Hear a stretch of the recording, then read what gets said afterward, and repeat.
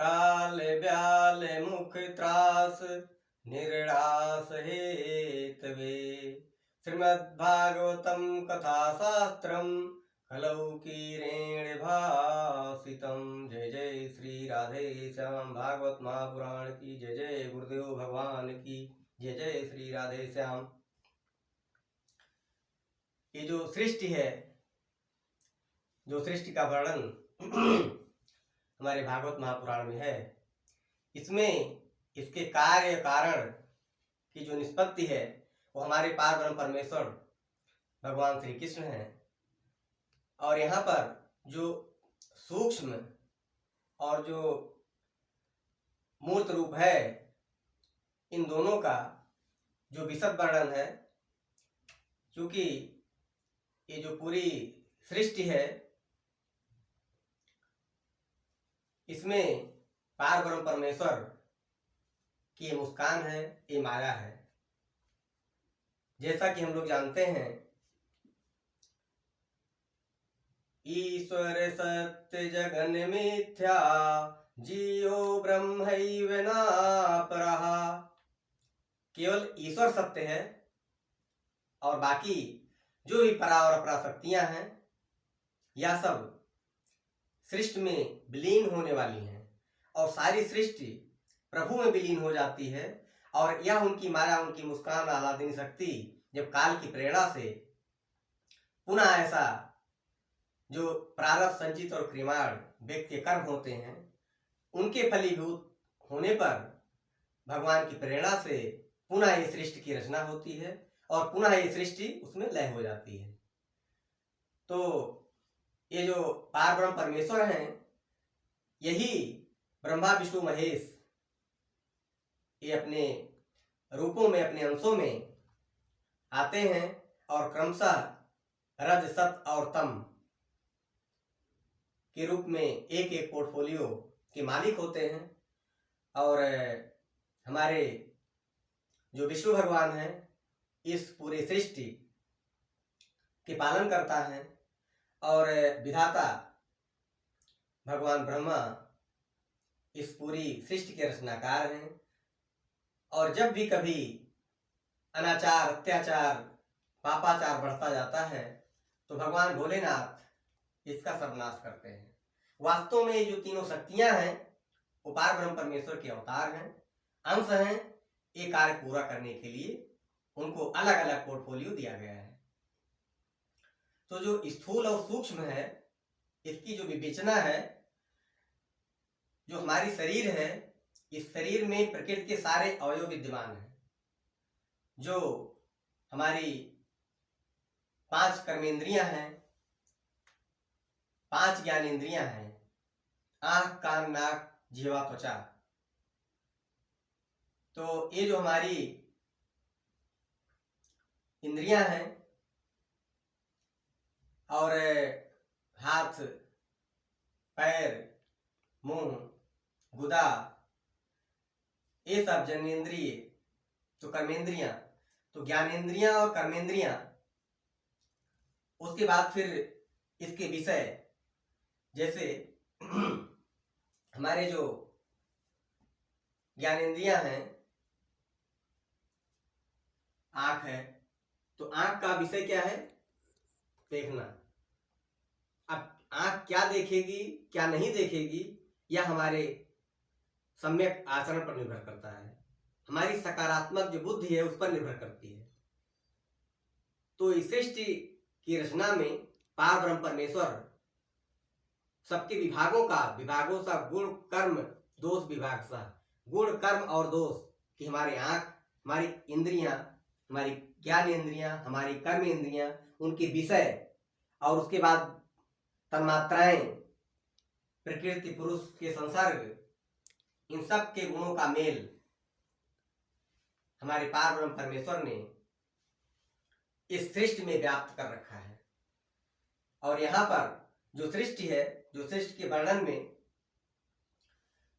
मुख्य प्रश्न आता है कि आप समझ कैसे पाएंगे, ज्ञानेंद्रियों को कैसे समझेंगे, ज्ञानेंद्रियों के विषय को कैसे समझेंगे, कर्मेंद्रियों को कैसे समझेंगे, कर्मेंद्रियों के क्रमशः विषय को कैसे समझेंगे, जो प्रकृति और पुरुष है उसे कैसे समझेंगे, प्रकृति पुरुष के संयोग से निर्माण कैसे होता संसार का उसको कैसे समझेंगे, उसके बाद जो मन है, बुद्धि है, चित्त है, अहंकार है, उसके जो स्वामी हैं उनको कैसे आप समझेंगे।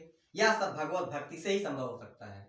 बिना भगवत भक्ति के हमको कुछ मिल नहीं सकता। तो भगवत भक्ति हम सबको करना चाहिए जिससे हम इसको समझ सकें।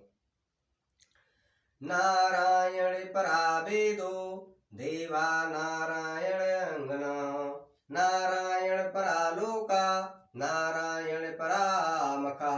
जो नारायण है वही वेद है, जो नारायण है वही देवता है, और जो नारायण है वही सभी लोकों में व्याप्त है। जो यज्ञ है वो भी नारायण ही है। तो जो भी कर्म है इस संसार में वह सब नारायण के हैं। अब यह हम पर निर्भर करता है कि हम अपने अंदर कौन सा गुण विशेष सकारात्मक रूप से आगे बढ़ाते हैं और हम अपने जीवन में लाभ पाते हैं। नारायण परो योगो नारायण परम तपः, नारायण परम ज्ञानम नारायण परागति। नारायण ही परम योग है। योग क्या है? योग का अर्थ तो जोड़ना होता है, लेकिन क्या जोड़ना? जो इस शरीर को आत्मा से जोड़ने का राह दिखाए और आत्मा से पार ब्रह्म परमेश्वर को जोड़ने का रास्ता दिखाए, वह योग है। चित्त वृत्ति निरोध स योगा, चित्त वृत्तियों को निरोध कर दे वही योग है। चित्त की वृत्तियां क्या है, चित्त क्या है, उसकी वृत्तियां क्या है, उसका निरोध कैसे होगा। तो यह सब हमको जब तक हम कथा कीर्तन नहीं करेंगे, हमारे अंदर कथा नहीं बसेगी, सत्य का ज्ञान नहीं होगा, ज्ञान के प्रति झुकाव नहीं होगा, तब तक हम इसको जान नहीं सकते। क्योंकि ईशान विद्यानत पोन दानम ज्ञानम न शीलम न गुणो न धर्मम। ईशान विद्यानत पोन दानम, जिसके पास विद्या ना हो, तप ना हो, ज्ञान ना हो, शील ना हो, वो कैसा है? ईशान विद्यानत पोन दानम ज्ञानम न शीलम न गुणो न धर्मम। और गुण नहीं है, धर्म नहीं है। गुण क्या है? रस सत्तम, उसके अंदर कोई गुण नहीं है। गुण का मतलब ऐसा नहीं है कोई गुणहीन है, उसका मतलब है सत्य कर्म सद्गुण, जिससे आपका देश राष्ट्र समाज की रक्षा हो सके। वो व्यक्ति कैसा है?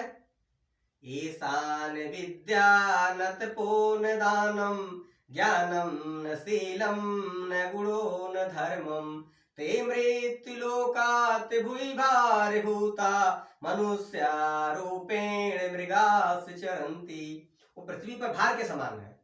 ऐसा व्यक्ति जो इस अवगुणों से उल्लसित है, वो भार के समान पृथ्वी पर है और मृग के समान इधर उधर घूमता रहता है और अपना जीवन बर्बाद कर देता है। इसलिए हमको भगवान की अहेतुकी कृपा जो मिली हुई है, हम लोग कथा का श्रवण कर रहे हैं, कथा के बीच में हैं, इसके लिए हमको भगवान को धन्यवाद देना चाहिए। और भगवान की जो दुनिया है बनाई हुई, उस पर हमको खुश होना चाहिए।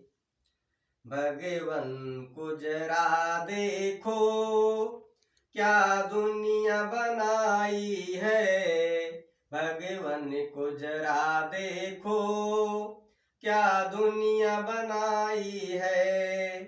सूरज को बनाया है, चंदा को बनाया है, सूरज को बनाया है, चंदा को बनाया है, दोनों को सजा करके तारों को बनाया है। भगवान को जरा देखो क्या दुनिया बनाई है, भगवान को जरा देखो क्या दुनिया बनाई है। गंगा को बनाया है, गंगा को बनाया है, यमुना को बनाया है, भगवान को जरा देखो क्या दुनिया बनाई है। तो हमारे पार ब्रह्म परमेश्वर ही इस सृष्टि के वास्तविक कलाकार हैं और सब सृष्टि उसमें है और सारी सृष्टि का विस्तार उनसे है और सारी सृष्टि का लय उनमें है। ऐसे ही पार ब्रह्म परमेश्वर भगवान श्री कृष्ण को हम नमस्कार करते हैं। भगवान सबका कल्याण करें, हम लोगों का कल्याण करें और हम लोगों को ऐसे ही कथा मिलती रहे। जय जय श्री राधे श्याम, जय जय श्री सीताराम, जय जय भागवत महापुराण की।